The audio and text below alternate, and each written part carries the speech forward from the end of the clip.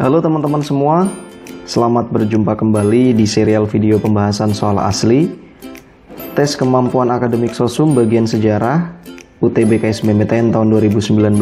Dan pada video kali ini pembahasan soal bersama dengan saya Indra Prima dari Mitra Siswa.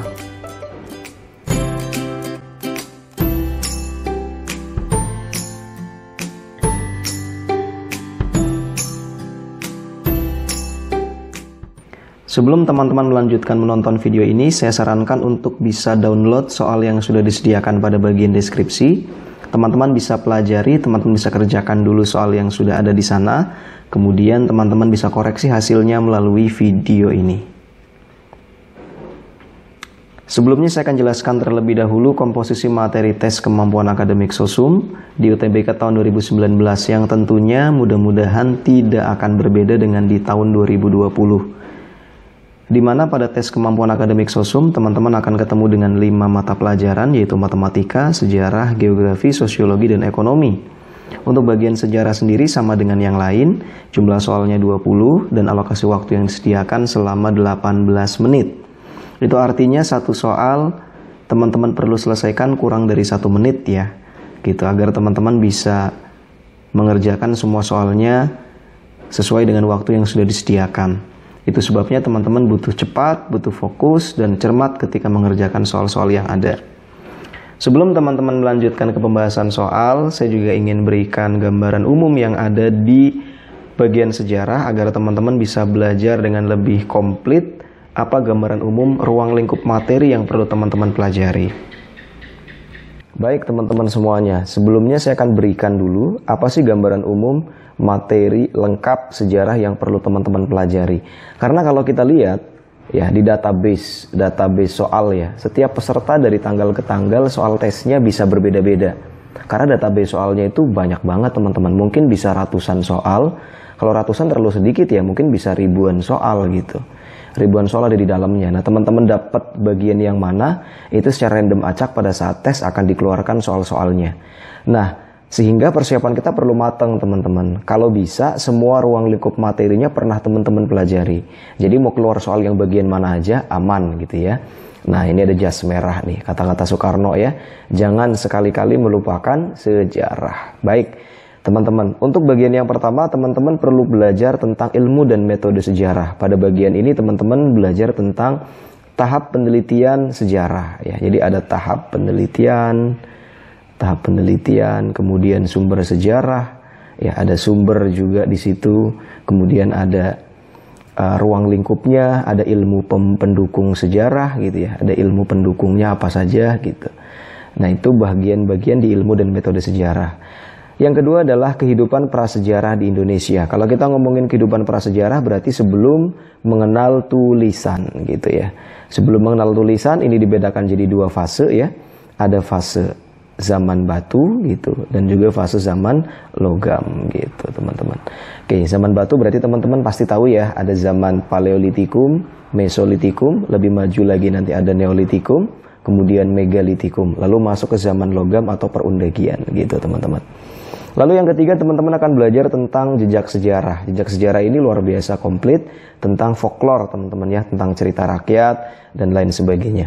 Di bagian keempat, bagian keempat teman-teman belajar tentang kebudayaan Hindu dan Buddha di Indonesia. Nanti startnya dari mulai kerajaan Kutai ya sampai finish nanti di kerajaan Majapahit gitu. Oke. Lalu untuk bagian kelima, kebudayaan dan kerajaan Islam di Indonesia. Ini juga banyak ya, waktunya berdepatan dengan kedatangan bangsa-bangsa penjelajah samudra. Nah ini kita bisa mulai, ada kerajaan Samudra Pasai gitu teman-teman ya. Kalau di Jawa nanti ada kerajaan Demak gitu ya. Kemudian nanti salah satu kerajaan yang cukup populer juga ya, yang melakukan perlawanan terhadap kolonial adalah kerajaan Mataram Islam gitu. Selain kerajaan Samudra Pasai, Demak, dan Mataram Islam, juga ada beberapa kerajaan Islam yang lain yang perlu teman-teman baca terlebih dulu. Kemudian bagian yang keenam ada masa penjelajahan samudra. Nah ini kita akan kenal 3 bangsa penjelajah samudra, di mana nenek moyangnya itu adalah Spanyol dan Portugis. Spanyol, Portugis gitu. Kemudian nanti disusul dengan Belanda gitu ya, yang mendarat pertama kali di Banten. Ketujuh adalah masa kolonial VOC, teman-teman ya. VOC ini kongsi dagang terbesar di dunia yang didirikan oleh 17 orang gitu. Untuk menghindari persaingan di antara para pedagang Belanda, mereka membentuk yang namanya VOC. VOC teman-teman pelajari ya, ada hak oktroy juga di dalamnya dan lain sebagainya. Kemudian 8 ada masa kolonial Hindia Belanda. Nanti di dalamnya di sini ada yang namanya tanam paksa gitu ya. Ada tanam paksa, kemudian ada kerja rodi gitu dan macam-macam deh. Kemudian yang ke-9 tentang perlawanan terhadap kekuasaan kolonial. Nah, ini perlawanan di berbagai daerah, sifatnya kedaerahan. Kedaerahan gitu. Kenapa terjadi perlawanan? Karena Belanda berusaha memonopoli perdagangan, kemudian urut campur dalam kebijakan politik atau politik kerajaan, sehingga nanti terjadi perlawanan. Banyak sekali ya, ada Pangeran Diponegoro ya, ada Patimura, kemudian masih banyak ya, ada Sultan Hasanuddin di Makassar, kemudian ada Bali dan seterusnya. Ini banyak banget. Nah, kemudian kita masuk pada bagian ke-10 tentang politik etis dan pergerakan nasional gitu ya. Ini juga teman-teman pelajari politik etis ya, politik balas budi yang dicetuskan oleh Van de Venter ya. Oke, kemudian 11 masa pendudukan Jepang. Oke. Jadi Jepang nanti akhirnya menggantikan kedudukan Belanda di Indonesia, tapi tidak berlangsung lama, hanya sekitar 3,5 tahun. Tahun 42 sampai tahun 45 ya, 1942 sampai 1945. Teman-teman, untuk bagian ke-12 teman-teman perlu baca dan pelajari tentang peradaban kuno di dunia. Ini teman-teman banyak sekali juga. Ada kemudian Mesir kuno, ada kemudian India gitu ya, ada Sumeria, ada Mesopotamia, ada Romawi, ya, ada Yunani ya, dan macam-macam banget. Kemudian revolusi di dunia barat. Nah, ada revolusi industri di Inggris ya, ada kemudian Prancis gitu. Nanti ada Rusia ya, ada Rusia, termasuk ada juga revolusi Amerika ya, perlu teman-teman pelajari. Nasionalisme di Asia dan di Afrika. Nah, ini ada India gitu ya. Ada kemudian Afrika Selatan di bawah Nelson Mandela ya, tentang politik apartheid gitu. Dan banyak lagi teman-teman bisa pelajari. Kemudian abad pencerahan Eropa, zaman Renaissance ya, Renaissance kebangkitan Eropa di mana sains gitu ya, teknologi, kemudian seni ya, gitu berkembang pesat di Eropa. Perang Dunia I, Perang Dunia II, dan Perang Dingin, ya ini perang ya, perang antara sekutu ya dengan aliansi ya, Perang Dunia I, II, dan Perang Dingin. Silakan teman-teman bisa baca komplit semuanya ya, termasuk kebijakan-kebijakan yang dikeluarkan pada masa Perang Dingin. Kemudian perubahan politik dunia, ya ini juga teman-teman perlu pelajari. Kemudian ada revolusi kemerdekaan Indonesia, ini berarti awal-awal kemerdekaan ya, atau jelang ya. Seputar kemerdekaan deh ya, baik pada saat maupun pascanya gitu. Nanti pada saat upaya mempertahankan kemerdekaan itu ada ancaman dari luar negeri dan juga ancaman dari Indonesia sendiri berupa pemberontakan dari banyak pihak. Lalu teman-teman perlu baca juga tentang demokrasi liberal, yaitu dari tahun 1950 sampai 1959, di mana Indonesia pada saat itu menggunakan sistem pemerintahan parlementer, di mana di sini terjadi pergantian kabinet yang berulang-ulang ya. Dan pada fase demokrasi liberal ini Indonesia berhasil menyelenggarakan pemilu di tahun 1955 pada zaman kabinet Burhanuddin Harahap. Setelah demokrasi liberal, teman-teman masuk ke fase berikutnya, yaitu demokrasi terpimpin setelah dikeluarkan dekret presiden tanggal 5 Juli 1959. Nah, ini demokrasi terpimpin ini banyak sekali sampai tahun 1966 kebijakannya, teman-teman. Ada politik mercusuar ya, ada operasi Trikora pembebasan Irian Barat, Indonesia bikin Ganevo ya, termasuk Dwi Kora dan seterusnya, banyak gitu. Orde Baru dan Reformasi, ini runtuhnya kekuasaan Orde Baru ya, Presiden Soeharto, kemudian reformasi. Nah, yang terakhir adalah tentang organisasi internasional, baik itu ASEAN, baik itu tentang PBB, baik itu tentang KAA, OPEC gitu ya, dan lain sebagainya gitu. Oke teman-teman, pastikan untuk 22 ruang lingkup ini teman-teman baca-baca terlebih dulu, pelajari dengan baik sehingga pada saat tes teman-teman sudah tahu gambaran umum secara keseluruhan tentang materi yang diujikan. Soal nomor 1, raja terakhir Singasari yang berhasil membawa kerajaan sampai masa kejayaannya adalah. Baik teman-teman, saya akan jelaskan siapa nama-nama yang ada di pilihan jawaban. Nah, kita akan mulai dulu kerajaan di tanah Jawa. Saya akan mulai dari Medang Kamulan yang berhubungan dengan nama-nama yang ada di pilihan jawaban. Kemudian nanti muncul setelah Medang Kamulan ada yang namanya kerajaan Kediri. Kediri runtuh lalu berdiri kerajaan Singasari atau Singosari. Nah, setelah Singosari runtuh maka nanti akan muncul kerajaan Majapahit. Nah, kita akan bahas satu persatu mulai dari Ken Arok. Ken Arok itu siapa teman-teman? Ken Arok itu adalah raja pertama atau pendiri dari kerajaan Singosari. Jadi Ken Arok posisinya ada di sini sebagai pendiri dari kerajaan Singosari. Kemudian yang B, Kertanegara. Kertanegara itu adalah raja terakhir dari kerajaan Singosari sebelum diruntuhkan. Jadi Kertanegara ada di sini. Oke. Dan pada masa Kertanegara ini Singosari mengalami kemajuan pesat dan berhasil mencapai masa kejayaannya, ditandai dengan adanya ekspedisi Pamalayu. Sehingga kekuasaannya sangat luas teman-teman sampai ke Semenanjung Melayu. Berikutnya adalah Kertarajasa. Kertarajasa ini merupakan gelar bagi Raja Majapahit dengan lengkapnya Kertarajasa Jayawardana. Gelar yang diberikan kepada Raden Wijaya sebagai pendiri dari kerajaan Majapahit. Di mana Raden Wijaya ini merupakan menantu dari Raja Kertanegara. Kayak ini hubungannya ya antara Kertanegara dengan Raden Wijaya. Kemudian Dharmawangsa. Dharmawangsa ini merupakan raja dari kerajaan Medang, teman-teman. Jadi Dharmawangsa ada di sini. Oke, kemudian satu lagi Jayawarsa. Jayawarsa merupakan salah seorang raja di kerajaan Kediri. Di sini ya Jayawarsa. Oke, dengan demikian sudah jelas, berarti jawabannya untuk soal nomor 1 yang berhasil mencapai masa kejayaan raja terakhir Singosari adalah Kertanegara, yang B. Soal nomor 2. Perundingan Linggarjati antara Indonesia dan Belanda dilaksanakan di. Baik teman-teman, untuk lokasi perundingan Linggarjati sesuai dengan namanya, kalau kita bicara lokasinya ada di mana, lokasi ini dipilih atas usul dari Sultan Syahrir yang menyarankan agar lokasi perundingan ada di daerah Linggarjati, yaitu di kaki Gunung Ciremai. Kalau teman-teman mendaki Gunung Ciremai dari jalur Linggarjati, teman-teman akan ketemu dengan gedung perundingannya. Nah, ini masuk ke kawasan Kabupaten Kuningan, Provinsi Jawa Barat. Gitu. Jadi dari sini kita sudah tahu jawabannya. Jawabannya adalah yang A. Nah, tapi ada beberapa poin tambahan yang perlu saya jelaskan terkait dengan perundingan Linggarjati. Selain lokasinya ada di mana, kemudian apa latar belakangnya, teman-teman?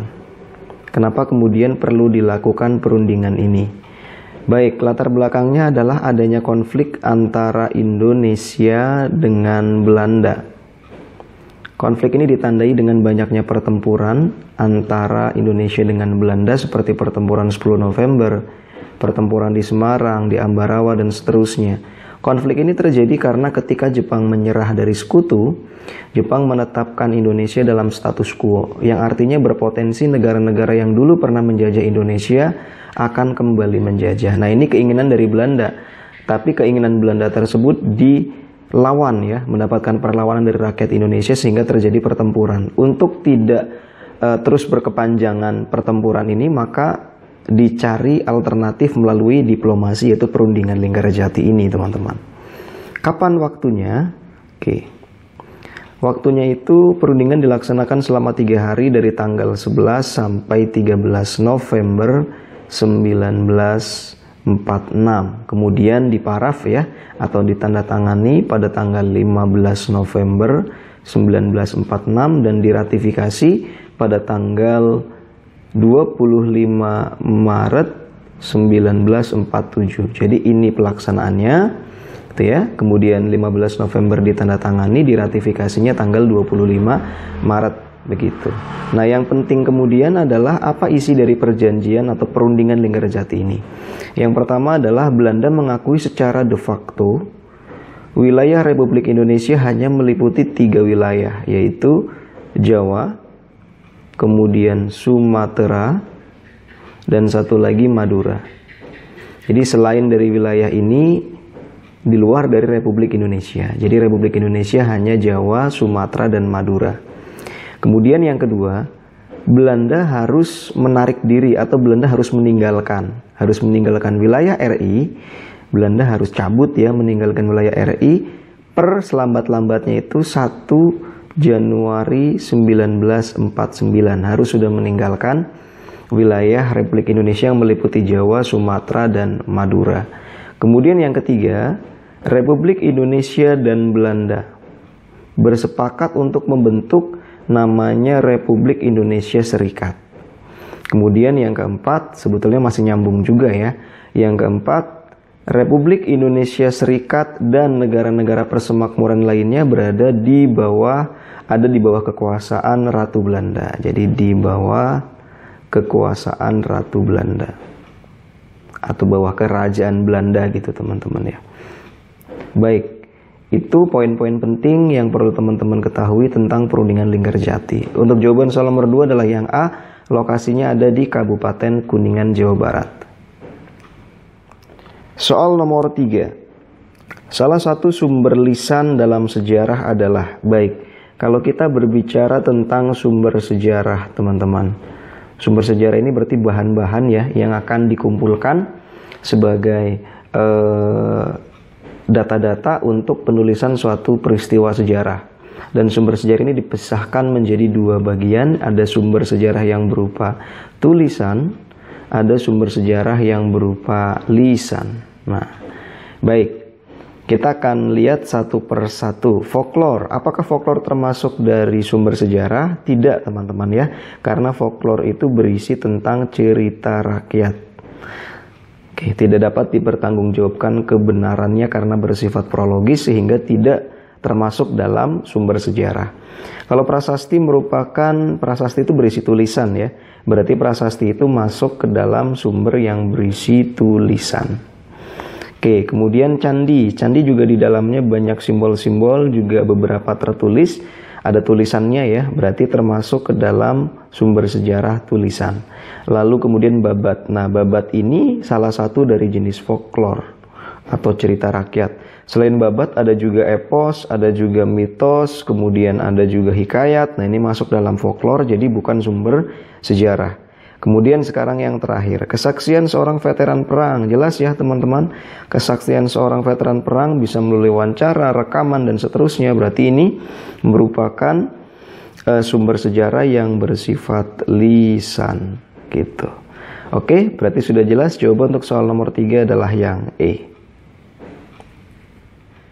Soal nomor 4, setelah memenangkan perang dengan dinasti Shailendra, Empu Sindok memindahkan ibu kota kerajaan Mataram kuno dari Jawa Tengah ke Jawa Timur. Salah satu alasannya adalah baik. Soal nomor 4 menanyakan apa alasan dari Empu Sindok memindahkan ibu kota Mataram kuno dari Jawa Tengah ke Jawa Timur. Ada apa? Kenapa harus dipindahkan oleh Empu Sindok? Sejarahnya begini teman-teman. Empu Sindok itu adalah salah satu tokoh dari dinasti Sanjaya. Baik, kerajaan Mataram kuno adalah contoh kerajaan yang ada di Jawa Tengah yang cukup unik karena di dalam satu kerajaan ada 2 dinasti yang pada awalnya hidup berdampingan, yaitu ada dinasti Sanjaya. Nah, Empu Sindok termasuk ke dalam dinasti Sanjaya. Dinasti Sanjaya ini punya corak kebudayaan Hindu. Kemudian satu lagi ada dinasti Shailendra yang punya corak kebudayaan Buddha. Nah, ini luar biasa, dalam satu kerajaan bisa hidup harmoni berdampingan antara dinasti Sanjaya dengan dinasti Shailendra. Suatu ketika keduanya terlibat perselisihan sehingga harus berakhir dengan peperangan. Dan peperangan tersebut berhasil dimenangkan oleh dinasti Sanjaya. Generasi terakhir dari dinasti Shailendra salah satunya adalah Balaputra Dewa. Nah, yang mengasingkan diri ke kerajaan Sriwijaya. Sebagaimana kita tahu, Sriwijaya adalah kerajaan yang punya corak kebudayaan Buddha ya. Jadi sama dengan dinasti Shailendra. Nah, Balaputradewa ini mengasingkan atau melarikan diri ke Sriwijaya. Hingga akhirnya kemudian Balaputradewa berhasil menjadi raja di kerajaan Sriwijaya ini, teman-teman. Oke. Sehingga ketika Balaputradewa sudah menjadi raja di Sriwijaya, gitu, Balaputradewa dalam tanda kutip ingin membalas kekalahan dari dinasti Shailendra di masa lalu. Nah, jadi ada potensi untuk menyerang dinasti Sanjaya gitu, teman-teman. Nah, ini salah satunya ya, salah satu yang membuat Empu Sindok harus memindahkan ibu kota dari kerajaan Mataram kuno dari Jawa Tengah ke Jawa Timur.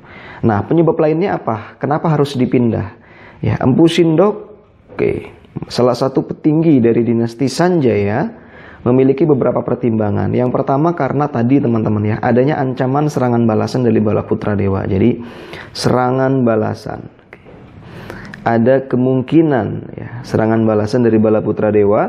Kemudian yang kedua, adanya konflik internal. Konflik internal di antara dinasti Sanjaya tentang siapa yang paling berhak untuk menjadi raja di kerajaan Mataram kuno. Kemudian yang ketiga, meletusnya Gunung Merapi. Jadi ini salah satu hal yang membuat Empu Sindok kemudian memindahkan ibu kota kerajaannya. Jadi meletusnya Gunung Merapi. Kemudian yang keempat, apalagi ya kira-kira ya? Oke, cukup ya. Sekarang kita coba lihat. Kemungkinan serangan balasan dari Balaputradewa dari kerajaan Sriwijaya. Ini betul, teman-teman ya. Jawabannya ada di opsi yang pertama, ada di A. Meletusnya Gunung Krakatau ini sangat berbeda jauh. Gunung Krakatau bukan ada di Jawa Tengah, jadi ini bukan jawaban yang tepat. Konflik dengan kerajaan Holeng sama sekali tidak, karena fase angka tahunnya berbeda. Kemudian Empu Sindok ingin menjadi penguasa tunggal Mataram kuno. Yang lebih tepat konflik internal, teman-teman ya. Jadi bukan keinginan pribadi dari Empu Sindok gitu. Tidak pernah dijelaskan seperti itu. Jadi ini bukan jawaban yang tepat. Masih banyaknya perlawanan dari sisi kekuatan dinasti Shailendra di Jawa Tengah. Oh, ini tidak ya. Gitu. Setelah perang selesai, maka generasi terakhirnya melarikan diri ke kerajaan Sriwijaya, yaitu Balaputradewa. Baik, teman-teman, untuk soal nomor 4 jelas ya, jawabannya adalah yang A, kemungkinan serangan balasan Balaputradewa dari kerajaan Sriwijaya, yang notabene keturunan dari dinasti Shailendra. Soal nomor 5. Dalam penghapusan politik apartheid, de Klerk melakukan usaha penghapusan Land Act. Yang dimaksud dengan Land Act adalah, baik teman-teman, politik apartheid terjadinya di Afrika Selatan. Adanya di Afrika Selatan ya. Salah satu tokoh perjuangan dari Afrika Selatan yang bernama Nelson Mandela membuahkan hasil untuk perlawanan terhadap politik apartheid ini. Sehingga pada tanggal 21 Februari tahun 1991, pimpinan pemerintah dari kulit putih, William Frederick William de Klerk ya, de Klerk itu mengumumkan penghapusan politik apartheid dengan 3 undang-undangnya, di mana yang pertama adalah Land Act. Land Act ini merupakan undang-undang yang melarang orang kulit hitam memiliki atau mewakili tanah di luar wilayah tempat tinggal yang telah ditentukan. Kemudian yang kedua ada lagi undang-undang yang namanya Group Areas Act. Nah, ini undang-undang yang mengatur tentang pemisahan tempat tinggal orang-orang kulit hitam dengan orang-orang kulit putih. Itu juga dihapuskan. Kemudian yang ketiga, Population Registration Act. Nah, ini adalah undang-undang yang mewajibkan semua orang kulit putih mendaftarkan diri atau melakukan registrasi berdasarkan kelompok suku masing-masing. 3 undang-undang ini berhasil dihapus dan sistem politik apartheid dihapuskan dari Afrika Selatan tanggal 21 Februari tahun 1991. Nah, mana pengertian dari Land Act? Tadi sudah dibacakan. Land Act adalah undang-undang yang melarang orang kulit hitam memiliki atau mewakili tanah di luar tempat tinggal yang telah ditentukan. Berarti jawabannya adalah yang D. Soal nomor 6. Revolusi kebudayaan terjadi pada masa Neolitikum. Berikut berturut-turut adalah cara makan, cara hidup, dan contoh alat pada masa Neolitikum. Berarti kita akan belajar tentang pembagian-pembagian zaman pada prasejarah, teman-teman ya. Prasejarah, di mana masyarakatnya belum mengenal tulisan. Dibedakan menjadi dua bagian besar. Yang pertama, yang lebih awal adalah zaman batu. Kemudian yang kedua ada zaman logam. Ini berdasarkan kebudayaan atau alat-alat yang dihasilkan. Yang di sini terbuat dari batu, kemudian yang di sini terbuat dari logam. Baik, untuk pembagian pada zaman batu kita mulai dari yang namanya Paleolitikum. Kemudian yang kedua ada zaman Mesolitikum. Ini makin maju teman-teman ya, makin ke sini peradabannya semakin maju. Kemudian ada lagi Neolitikum. Kemudian ada zaman Megalitikum. Baik, kita akan lihat dari tiga hal. Yang pertama adalah cara mereka makan, kemudian bagaimana cara mereka hidup, dan satu lagi alat yang dihasilkan apa saja. Baik, Paleo itu artinya tua teman-teman ya. Litik itu batu. Di sini zaman. Berarti ini artinya zaman batu tua. Zaman batu tua berarti kalau kita lihat tingkat perkembangan kemajuan peradabannya, Paleolitikum itu zaman yang paling primitif ya. Dimana cara makannya bagaimana teman-teman? Cara makannya itu dengan berburu dan meramu. Berburu ya. Berburu, meramu, mengumpulkan makanan. Cara hidupnya bagaimana? Cara hidupnya masih nomaden. Nomaden itu artinya berpindah-pindah tempat setiap harinya, atau berpindah tempat dalam waktu yang cukup singkat, tidak menetap lama di satu tempat gitu ya. Alat yang digunakan masih kasar teman-teman. Kasar. Contohnya misal apa? Ada kapak perimbas. Ada kapak perimbas, itu contoh yang kasar. Gimana kapak perimbas? Ilustrasinya begini teman-teman. Karena alat di sini masih kasar, misal ada batu yang berukuran kecil dipecahkan ke batu yang berukuran besar, nanti serpihan atau bongkahannya itu dijadikan alat untuk berburu dan seterusnya. Nah, itu contoh dari alat yang dihasilkan pada masa Paleolitikum. Baik, kemudian perkembangannya semakin maju, masuk ke fase berikutnya yang disebut dengan Mesolitikum. Ini artinya zaman batu tengah, Meso, tengah. Cara makannya bagaimana? Tidak jauh berbeda dengan zaman Paleolitikum, masih dengan berburu dan meramu makanan. Hanya saja, saya tulis plus-plus teman-teman ya. Kalau mengumpulkan makanannya di Paleolitikum itu dalam waktu yang relatif singkat, tidak mengenal adanya stok makanan. Kalau pada Mesolitikum sudah mengenal istilah stok. Jadi tidak perlu berburu setiap hari, tidak perlu mengumpulkan makanan, buah-buahan yang jatuh dan seterusnya setiap hari, tapi mereka bisa menyimpan untuk beberapa hari. Cara tinggalnya masih nomaden, tapi nomadennya juga nomaden yang plus-plus. Artinya mereka pindah tapi tidak setiap hari, tidak secepat pada zaman Paleolitikum. Mereka pindah bisa saja ketika musim panas mereka ke daerah pegunungan, ketika mereka musim dingin mereka ke pantai, misal seperti itu. Jadi pindahnya itu sudah cukup lama dari suatu tempat ke tempat yang lain. Alat yang digunakan di sini alatnya juga masih kasar, tapi kasarnya plus-plus. Artinya di sini alatnya sudah bergagang. Jadi kalau di Paleolitikum tidak bergagang, kalau di sini sudah ada gagangnya gitu ya. Oke, berikutnya zaman Neolitikum. Nah, zaman Neolitikum ini di sini terjadi revolusi kebudayaan besar, teman-teman. Terjadi revolusi kebudayaan. Di mana cara makan, cara hidup, dan alat yang digunakan sangat berbeda dengan dua zaman sebelumnya. Di Neolitikum untuk makan mereka sudah kenal yang namanya beternak dan bercocok tanam. Berternak dan bercocok tanam ya. Oke. Kemudian untuk cara hidupnya mereka sudah menetap. Karena menetap itu di ladang-ladang mereka, di sekitar rumah mereka, mereka sudah tempat tinggal ya. Mereka sudah bisa beternak dan juga bercocok tanam, memelihara tanamannya gitu. Kemudian alat yang digunakan pada zaman Neolitikum sudah halus, makin maju teman-teman. Contohnya apa? Contohnya misal ada kapak lonjong. Berarti kan ini dihaluskan karena dibentuk ya, bisa berbentuk lonjong, ada kapak persegi, beliung persegi dan seterusnya. Oke, kemudian masuk ke zaman yang lebih maju lagi yaitu Megalitikum. Mega itu artinya besar. Kalau Neo tadi artinya new, baru gitu ya. Megalitikum berarti zaman batu besar. Di zaman batu besar, alat-alat yang digunakan itu gede-gede ukurannya. Jadi alatnya itu besar-besar. Gitu. Dan kecenderungan alat-alat yang dihasilkan pada zaman Megalitikum untuk keperluan ritual peribadatan. Karena di zaman Megalitikum ini mereka sudah mengenal adanya sistem kepercayaan. Jadi alat-alat yang dihasilkan tuh misalnya ada dolmen. Dolmen itu adalah meja sesaji, ada menhir tugu pemujaan, ada punden berundak. Untuk mencapai tempat yang tinggi bertingkat-tingkat, biasanya di ujung dari punden berundak itu nanti ada menhir sebagai tugu pemujaan. Kemudian ada lagi ada sarkofagus, kemudian ada lagi waruga, peti kubur gitu ya.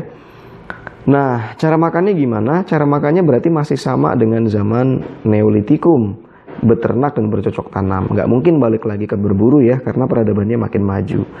Cara hidupnya juga mereka sudah menetap, sama dengan zaman Neolitikum. Alatnya saja yang berbeda, di mana pada zaman Megalitikum alatnya besar. Baik, pertanyaan di soal nomor 6 ini adalah tentang cara makan, hidup, dan alat pada masa Neolitikum. Berarti mereka sudah bercocok tanam. Nah, ini bercocok tanam teman-teman ya. Ada bercocok tanam, kemudian tempat tinggalnya menetap, betul. Oke, kemudian alat yang dihasilkan halus, kapak lonjong contohnya. Ini teman-teman, berarti ini adalah jawaban yang betul, yang C. Kalau yang E, ada di kata nekara di sini ya. Nekara itu adalah hasil kebudayaan pada zaman logam. Ya, karena nekara ini terbuat dari logam. Gitu, berfungsi untuk upacara, alat bunyi-bunyian pada saat upacara. Soal nomor 7. Alasan Presiden Soekarno mengeluarkan dekret presiden pada tanggal 5 Juli 1959 adalah alasan dikeluarkannya dekret bisa kita analisis dari isi dekret presiden tersebut, teman-teman. Di mana isi dekretnya yang pertama adalah bubarkan konstituante. Kenapa konstituante di sini dibubarkan? Ini pasti ada alasannya gitu teman-teman ya. Kita tulis dulu isi dekret presiden komplitnya. Yang kedua adalah tidak berlakunya Undang-Undang Dasar sementara 1950 dan kembali berlakunya Undang-Undang Dasar 1945. Kemudian yang ketiga, segera pembentukan MPRS dan DPAS. Baik, itu isi dekret presidennya. Dari sini kita bisa tahu alasannya. Yang pertama, dekretnya berbunyi bubarkan konstituante. Artinya ada masalah dengan konstituante. Apa masalahnya? Konstituante ini adalah lembaga yang bertugas untuk menyusun undang-undang baru. Tugas mereka adalah menyusun undang-undang baru pengganti Undang-Undang Dasar 1950. Lembaga atau konstituante, Dewan Konstituante ini itu dipilih melalui pemilu 1955. Artinya dari tahun 55 sampai tahun 59 mereka gagal menjalankan tugasnya dengan baik untuk menyusun undang-undang baru pengganti UUD tahun 1950. Karena kegagalan ini dianggap tidak bisa menyelesaikan tugasnya, maka Presiden membubarkan konstituante. Karena tidak berhasil disusun undang-undang pengganti dari UUD tahun 1950, akhirnya Soekarno putuskan untuk kembali berlakunya Undang-Undang Dasar 1945. Kemudian yang ketiga, pembentukan MPRS dan DPAS. Dari sini kita tahu alasannya teman-teman ya, berarti jawaban yang paling tepat adalah yang A. Kegagalan konstituante dalam menyusun undang-undang pengganti Undang-Undang Dasar sementara 1950. Soal nomor 8. Bangunan masjid di Indonesia pada zaman Madya, zaman pertengahan yang mendapat pengaruh arsitektur barat adalah. Kalau kita lihat di soal ini, ada masjid di Indonesia dapat pengaruh arsitektur barat. Berarti hal ini bisa kita simpulkan adanya proses akulturasi atau perpaduan kebudayaan. Akulturasi ini akan tampak pada bangunan masjid yang arsitekturnya seperti arsitektur Eropa gitu teman-teman ya. Oke, proses akulturasi kebudayaan paling banyak terjadi di wilayah pesisir. Karena pintu masuk penjelajahan samudra ada di pesisir, teman-teman. Sebagaimana kita tahu, pendaratan pertama armada Belanda ke Indonesia yang di bawah pimpinan Cornelis de Houtman itu pertama kali mendarat di Banten tahun 1596. Nah, ini salah satu contoh kedatangan bangsa-bangsa penjelajah samudra, ya, Belanda pertama kali di Banten. Jadi daerah yang akan mengalami akulturasi paling banyak biasanya pada umumnya adalah daerah pesisir dengan alasan tadi. Jadi kalau kita lihat di pilihan jawaban yang ada di sini, nah jawaban yang tepat adalah Masjid Agung Banten. Selain alasan ini, teman-teman juga bisa lihat bahwa Masjid Agung Banten itu punya ciri masjidnya itu ada menaranya, teman-teman. Jadi menara-menara menjulang tinggi itu ciri bangunan yang terpengaruh dengan arsitektur Eropa. Soal nomor 9. Hernán Cortés adalah penjelajah samudra berkebangsaan Spanyol yang berhasil mendarat di Amerika Tengah dan berhasil melakukan penaklukan wilayah pada tahun 1521 Masehi. Upaya penaklukan tanah jajahan dilakukannya dengan berperang melawan suku apa? Baik, teman-teman, Hernán Cortés pada awalnya datang ke Amerika Tengah.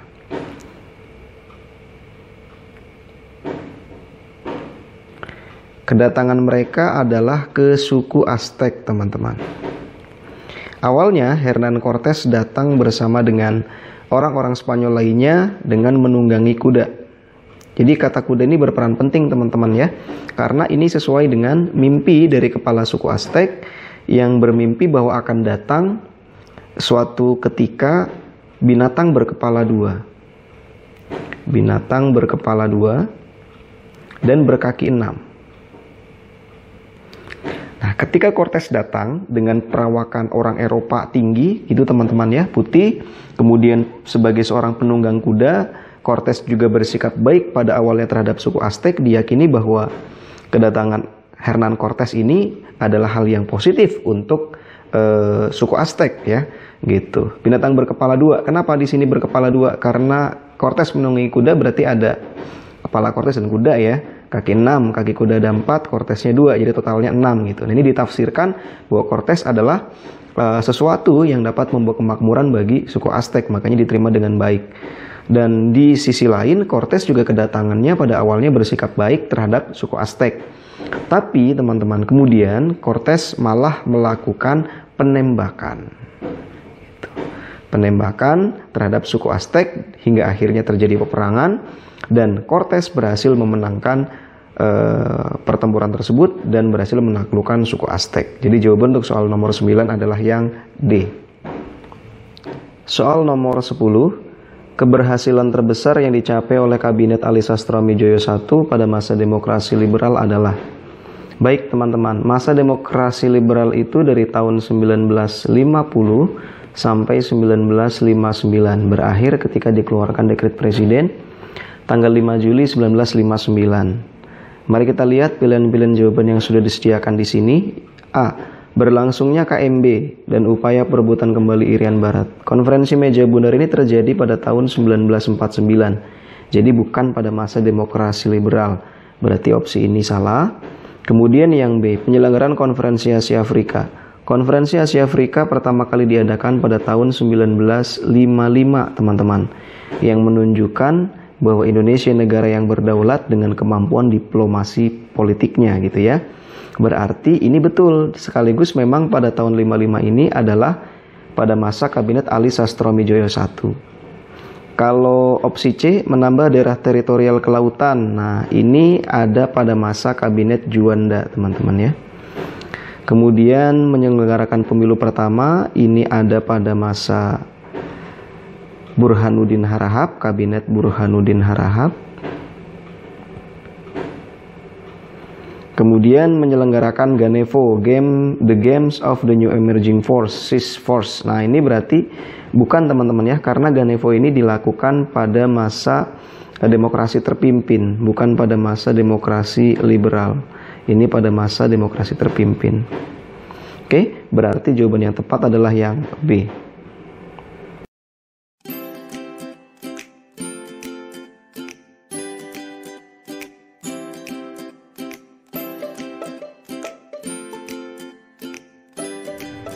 Kalau teman-teman merasa terbantu dengan video ini, silahkan bisa klik like, share, dan juga subscribe. Selamat menonton video mitra siswa lainnya. Dare to dream, grab the future.